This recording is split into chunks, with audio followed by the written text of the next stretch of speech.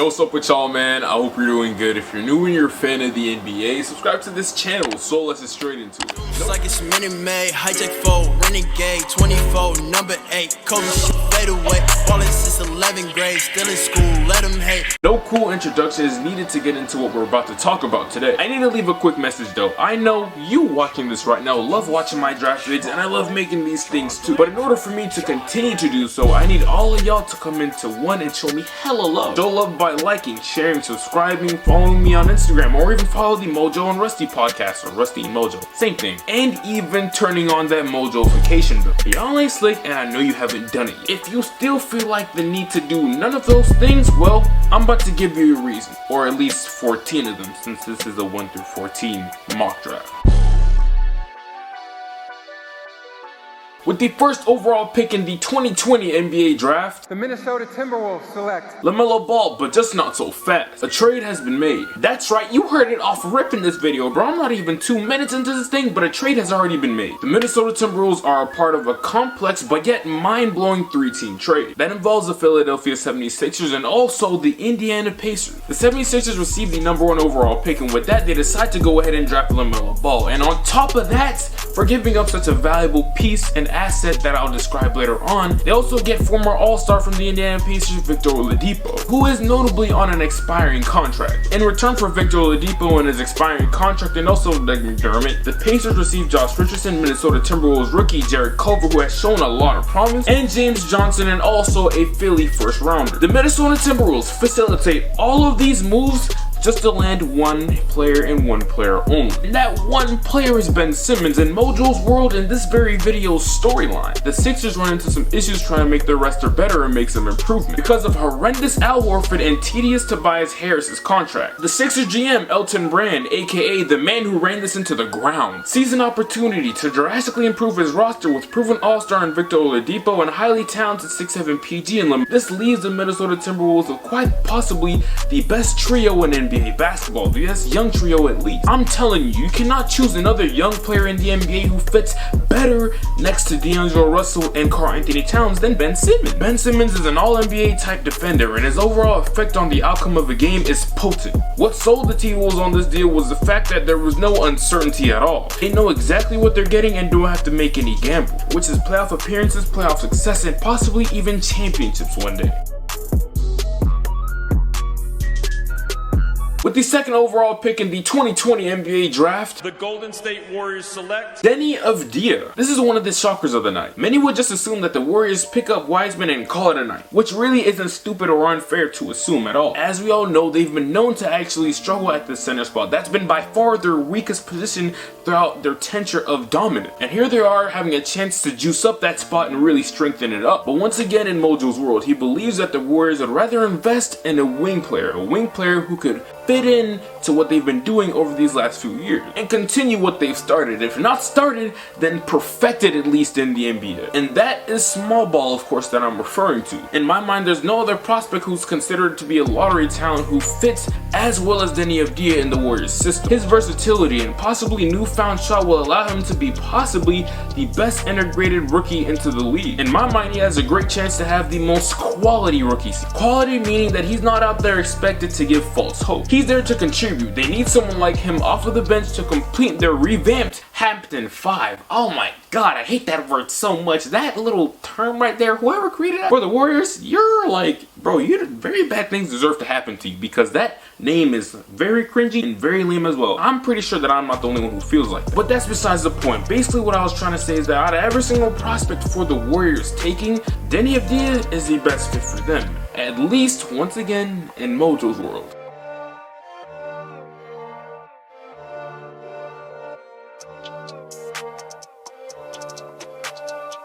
With the third overall pick in the 2020 NBA draft, the Charlotte Hornets select Anthony Edwards, and it's about time. Just to clarify, by the way, the only reason that Anthony Edwards is the third overall pick in this NBA draft is because the Minnesota Timberwolves didn't really want to wait on him to develop. and they chose to go ahead and select the finished product right now in Ben Simmons. But Anthony Edwards, nothing is wrong with that man. The 6'5", 225-pound two-guard Anthony Edwards is perceived as the #1 overall prospect for good reason by most of the NBA world, and has all-star potential written all over him, and that's why the Hornets selected him. With the addition of Anthony Edwards onto the Charlotte Hornets roster, they're gonna have to, I ain't gonna lie, people like me and other NBA fans are gonna have to hold up on the jokes on the Charlotte Hornets, because they may not be so irrelevant after all. Because this right here is another step in the right direction. A young core of Devontae Graham, PJ Washington, Miles Bridges, and now Anthony Edwards isn't piss poor like they've been known for. This right here, my boy, this is actually respectable. And dare I say, exciting to watch. Charlotte is on the climb to respectability, man. I can see Anthony Edwards being the driving force for the Hornets eventually being a playoff team once again. W. With the 4th overall pick in the 2020 NBA draft, The Chicago Bulls select Kellyanne Hayes. So the Chicago Bulls are in a really weird state right now. It only took them just about an eternity to fire who I believe was the worst head coach in the NBA by far, Jim Boyle. Chicago should have been a playoff team this past season, but so many things got in the way of their goals and aspirations. The 6'5" French PG, wait, he's a point guard? So why in the world would the Chicago Bulls, who just selected a PG last year by the name of Kobe White, I believe, select another point guard in back-to-back years, as if Kobe White already didn't work out? Let me explain. The truth is that Chicago Bulls fans have a very weird infatuation with that man Kobe White. Y'all severely overrate him and act like he has top 5 PG potential in the league one day, which he doesn't. Kobe White is not a bad player. No, that's far from the truth. He's a complete opposite. I believe he's actually a good player who just doesn't have the ability to let others thrive around him. That boy can get buckets in bunches, but in Mojo's world, that's not what the Chicago Bulls really need from that PG spot. And for that,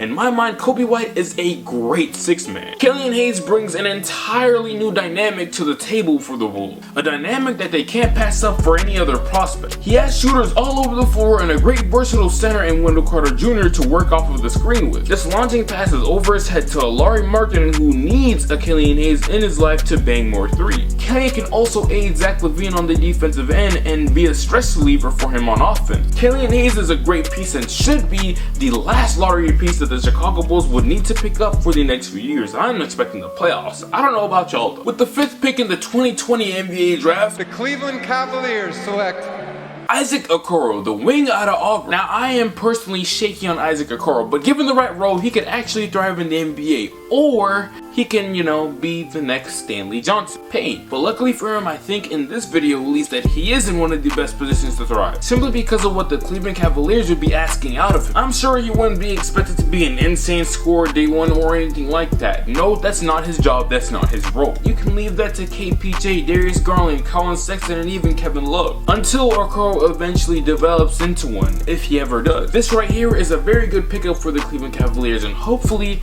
they can, relocate from their current location. Right now, as an organization, they're in Spain, but the S is silent. They're in pain right now. So hopefully Isaac Okoro can help them lift up from this, abundance of sorrow that they've been feeling and actually be a respectable organization once again.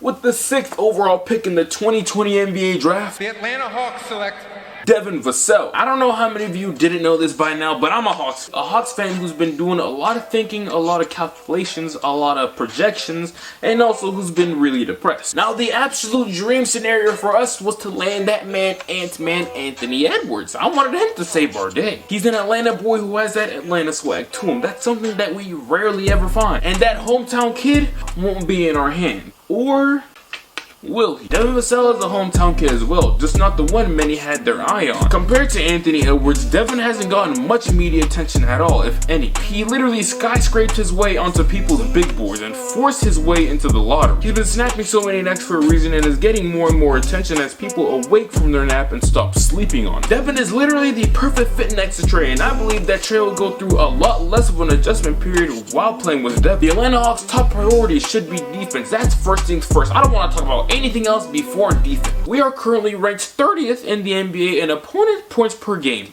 That is dead last. There is absolutely nobody in the NBA who is worse than us when it comes to that, and that is pretty sad. And for that, we need to focus on defense. And now that I'm thinking about it, maybe dropping to the 6th overall pick isn't such a bad thing, because if we landed number 1 or 2 or 3, we probably would have gotten our hands on Anthony Edwards. But Anthony Edwards wasn't known to be a great defender in college. He has potential to be winning the league, but the key word in that last sentence that I just said was potential. He isn't one right now. That word potential means that he has a chance to grow into whatever he's lacking in right now. I'm happy to say though that's a completely different story for Devin Vassell. That's what he excels at on the court. That's what he's best. His 6'7" frame and 6'10" wingspan is what we need alongside Trae Young. Why? Well, it's because of Trae Young's shortcoming. No, like literally his shortcomings. The man is little. And if you're that tall on the court with not that impressive of a wingspan, then that means you can only do so much as a defender in the NBA. We need as much length surrounded around this man as possible. Otherwise, he'll get exposed real bad, real often. Think of it like this. Our entire team is a boat that's trying to float and do what boats do. Float. We have a pretty nice looking boat too, might I add. But we have a slight issue in that boat. One of our parts, one of the most important parts of our boat, has a hole in it. And that hole is Trae Young. Boats do not have the ability to work very well with holes in them. And that hole is Trae Young's glaring weakness, which is defense once again. And I think Devin Vassell is a band-aid. A piece of equipment, a tool that we can use to hopefully cover that hole up and not let so much water come into our boat and kill us all. Now, I don't want to make it seem like Devin Vassell is a one-way player. That's far from the truth as well. He's an above-average shooter, an athletic leaper who has the ability to create his own shot and actually dribble. He's not the absolute most flashiest player on the court, but I'd say that he gets the job done and he does a pretty good job at that. Devin Vassell could be the finishing piece, the finishing touch to this rebuild. The future starting lineup of Trae Young, Devin Vassell, Cam Reddish, John Collins, and Clint Capella sounds like an above-average defensive team and a great offensive one. A championship contender one day, hopefully. With the 7th overall pick in the 2020 NBA draft, The Detroit Pistons select Onyeka Okongwu. Now look, Detroit literally just traded their franchise, well, yeah, I don't really know if I want to call him a franchise player because it doesn't really feel like he was ever one. But whatever, they traded away their franchise player that they got just about nowhere with. So getting another big in this draft sounds sketchy, but because of the sequence of events that just happened moments ago, the best player left for them to go ahead and select is Big O. They have no room to be picky, and he's a player who seems like he can be a part of a rebuild, but just not the main focus. At this point in the draft, there's no franchise player available for their taking. You'd be doing yourself a disservice by thinking so. But Big O could learn a lot by playing behind guys like Blake Griffin, who is off and on the court experienced a lot as a vet. This is not Detroit's year to find that guy that's gonna run their franchise, but this could be the pick that is that guy's guy, if you know what I mean. This is how duos start. Big O could be to what Jaren Jackson Jr. is to John Morant, or what John Collins is to Trae Young. You know what I'm saying? So this isn't a bad pick at all. It's very logical if you ask me. All that's needed for Detroit and Detroit fans is to be really patient for these next few years. I also feel like he can grow into one of the most valuable bigs in this draft as well, solely based off of the talent that he is right now and the skills that he already developed. Big O was just the starting piece, not the finishing piece whatsoever. With the 8th pick in the 2020 NBA draft, the New York Knicks select Obi Toppin. So I'm just gonna say it like this. Obi Toppin is probably one of the most overrated players in this class. But that is not to say that he is not a good basketball player or cannot be one later on down the line. I think he's actually a good player, but just not as good as many make him out to be or see him as in the future. He needs a very specific situation that passes all the criteria for him to go ahead and thrive and be the best that he can be in the league. And I believe, awkwardly enough saying this, one of the best landing spots for him are the New York Knicks. The Knicks could use a high-flying four like him who can stretch out the floor and just be a convenient young piece. That is exactly what Obi Toppin is. He is a convenient bucket getter, not someone you rely on consistently for offense. Bro, you're going straight to failure if you're doing that. He's just nice in my opinion. He's not great or anything like that. He's just a nice, possible 15 point per game type dude in the NBA on a contending team. Mitchell Robinson, Frank Ntilikina, and RJ Barrett all have supreme defensive potential, and they could somewhat conceal his flaws on the defensive end. This pick isn't a complete L Knicks fan, so go ahead and keep your head up because soon I feel like y'all are gonna go ahead and get rid of Julius Randle for this man specifically right here.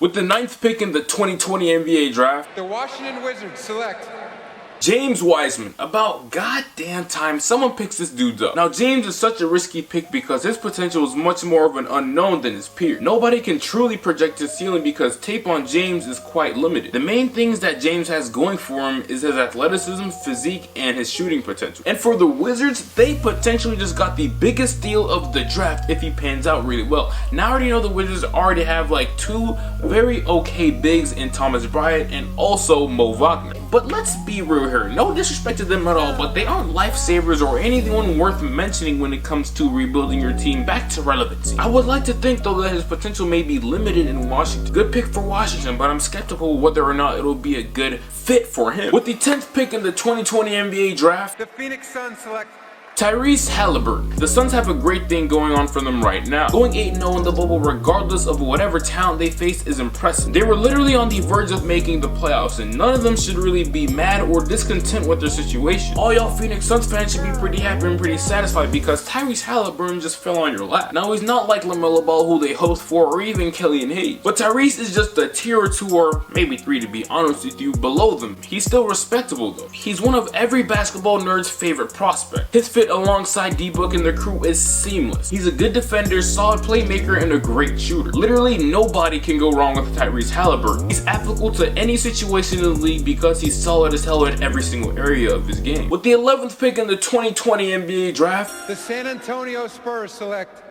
the 7-foot-tall foreign dude with the skinny head who's oddly shaped. Him. This man right here's stock has been rising exponentially each and every month, and this right here feels like a Spurs pick. He has supreme potential, but that potential won't be reached anytime soon because of how raw he is. Mans has a lot of growing to do physically, but the skill is already there. If he was to turn into something 3 to 4 years from now, I would not be surprised in the slightest bit. With the 12th pick in the 2020 NBA draft, The Sacramento Kings select Tyrese Max. He's one of the most deceiving prospects. I say that because just by looking at his numbers, it'll make you think that he's mid, when in reality, he's very far from that. Tyrese is a 2-guard with some dog in him, and it seems to me that he seems to be a fan favorite because of how much fun he looks like while he plays basketball, his shooting, and also his defense. That makes him a really valuable player. Now, the only issue with Tyrese is that he's undersized. He's a 2-guard who wasn't blessed enough physically. He only stands at 6'3", but nearly has a 6'8" wingspan, so because of that, he really should be okay playing the 2-guard in the NBA. Just like Donovan Mitchell, who literally stands at 6'1".